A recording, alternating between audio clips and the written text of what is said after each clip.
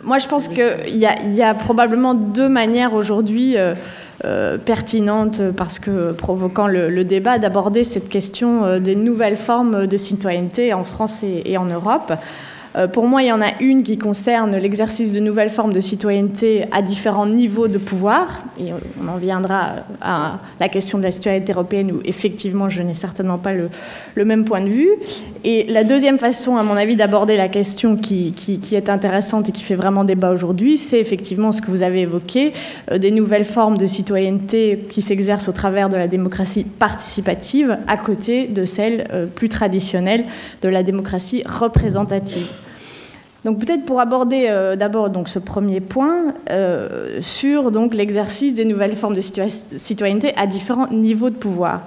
Je crois que si on réfléchit aux nouvelles formes de citoyenneté, c'est parce qu'il y a quand même un constat général qu'il y a une crise du fonctionnement démocratique. Mais je pense que s'il y a un problème dans le fonctionnement démocratique, il est plus à trouver dans le kratos que dans le démos. C'est-à-dire que c'est une question... Il faut que vous définissiez peut-être chacun des deux termes. C'est une question plus justement de savoir s'il y a une adéquation entre l'enjeu et les problèmes qui se posent aujourd'hui et le niveau de pouvoir qui les traite. Je crois qu'il y a un vrai problème à ce niveau-là. C'est-à-dire qu'on est dans un système globalisé, les enjeux dépassent largement aujourd'hui le cadre national et le citoyen perçoit que les gouvernements nationaux, effectivement, sont dépourvus par rapport à toute une série de problématiques. Ils le sentent. Et vous le voyez, par exemple, dans les enquêtes, les fameuses enquêtes Eurobaromètre, donc, qui se font à l'échelle de l'Union européenne, où vous voyez que le soutien à l'appartenance à l'Union européenne est en réalité pas très élevé. Vous avez une moyenne qui est autour de 50%, donc un citoyen sur deux. D'ailleurs problématique, mais vous avez quand même 2/3, voire plus des citoyens qui disent oui, pour toute une série de problématiques, ça doit être traité à l'échelon européen. Donc on voit que même s'il n'y a pas un sentiment d'appartenance très fort, il y a une réalisation qu'il y a un certain nombre d'enjeux qui dépassent largement le cadre national. Donc ça veut dire quoi aujourd'hui? Qu'il faut développer des formes de citoyenneté qui pourront s'exercer au niveau traditionnel qui est l'échelon national, mais qui doivent aussi pouvoir s'exercer à des niveaux qui dépassent le cadre national.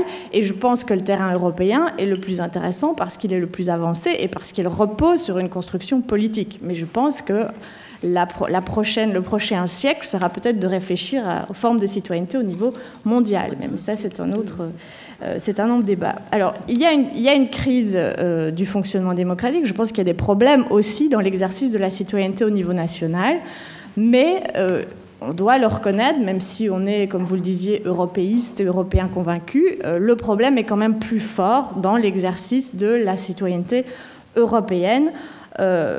Il y a ce que j'appellerais une sorte de malaise citoyen qui se voit au travers d'une faible participation aux élections européennes, une bonne participation au référendum, mais avec des résultats qui en viennent, dans de nombreux cas maintenant, à rejeter des textes quand même fondateurs qui demandent à faire un pas supplémentaire dans l'intégration européenne.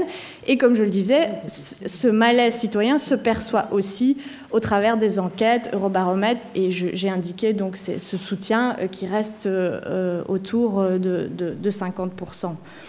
Alors, est-ce que c'est une fatalité?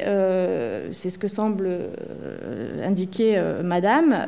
Je ne le crois pas, et je pense que ça va même plus loin. Si on ne règle pas ce problème, si on n'essaye pas de trouver des solutions et qu'on ne change pas certains modes de fonctionnement, c'est le projet européen lui-même qui est en péril. Je pense vraiment qu'il faut absolument faire vivre de manière beaucoup plus vivante une citoyenneté européenne.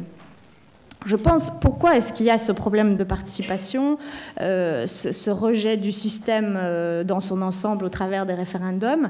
C'est parce que les citoyens aujourd'hui ne perçoivent pas dans la construction européenne de véritables alternatives politiques. Donc l'avenir, c'est pour moi dans la politisation des enjeux européens, et je rejoins dans une certaine mesure ce que disait Olivier, qui était assis ici aussi dans le panel Olivier Ferrand, précédent, ouais. Olivier Ferrand, pardon. Président de Terra Nova.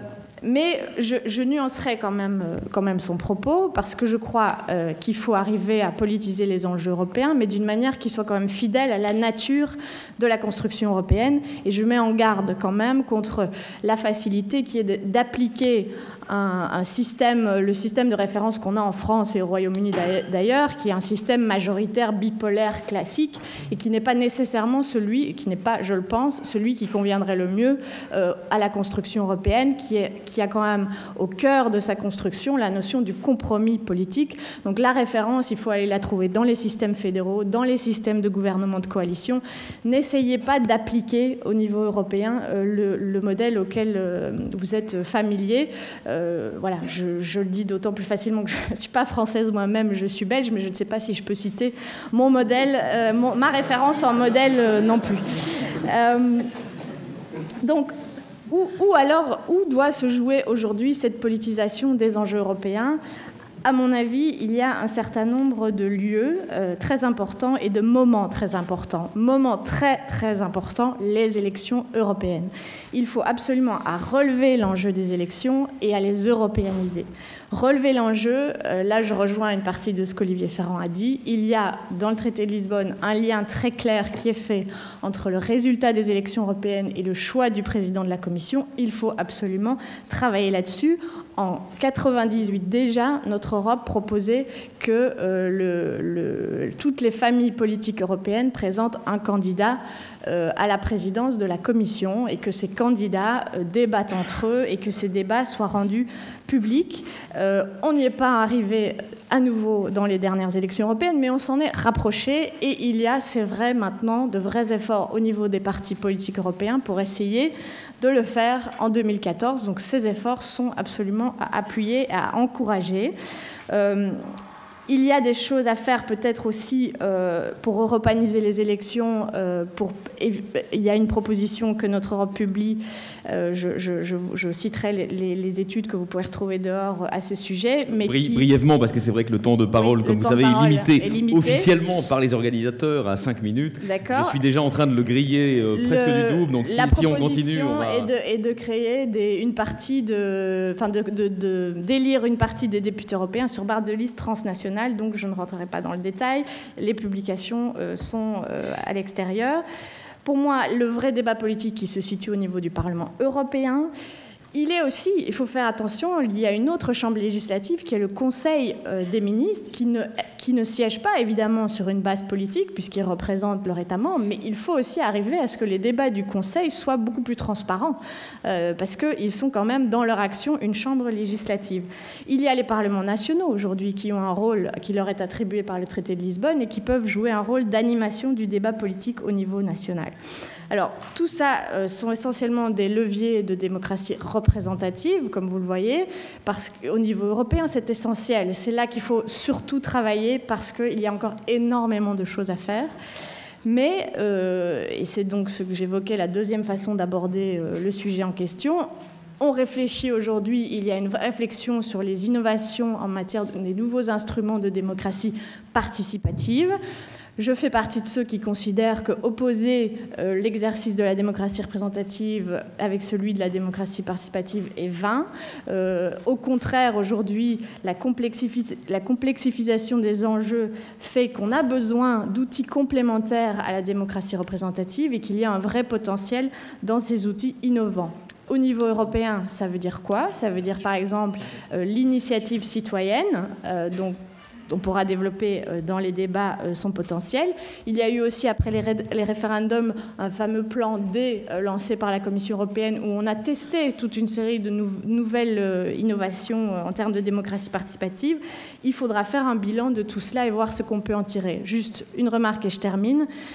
Ces instruments-là, pour moi, n'ont de sens que si, on les applique avec une rigueur méthodologique extrême, et le problème, c'est que pour le moment, il y a un peu tout et n'importe quoi qui se fait dans ce domaine.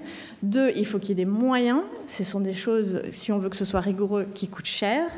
Et 3, il faut absolument savoir ce qu'on cherche à faire avec ces nouveaux instruments de démocratie participative.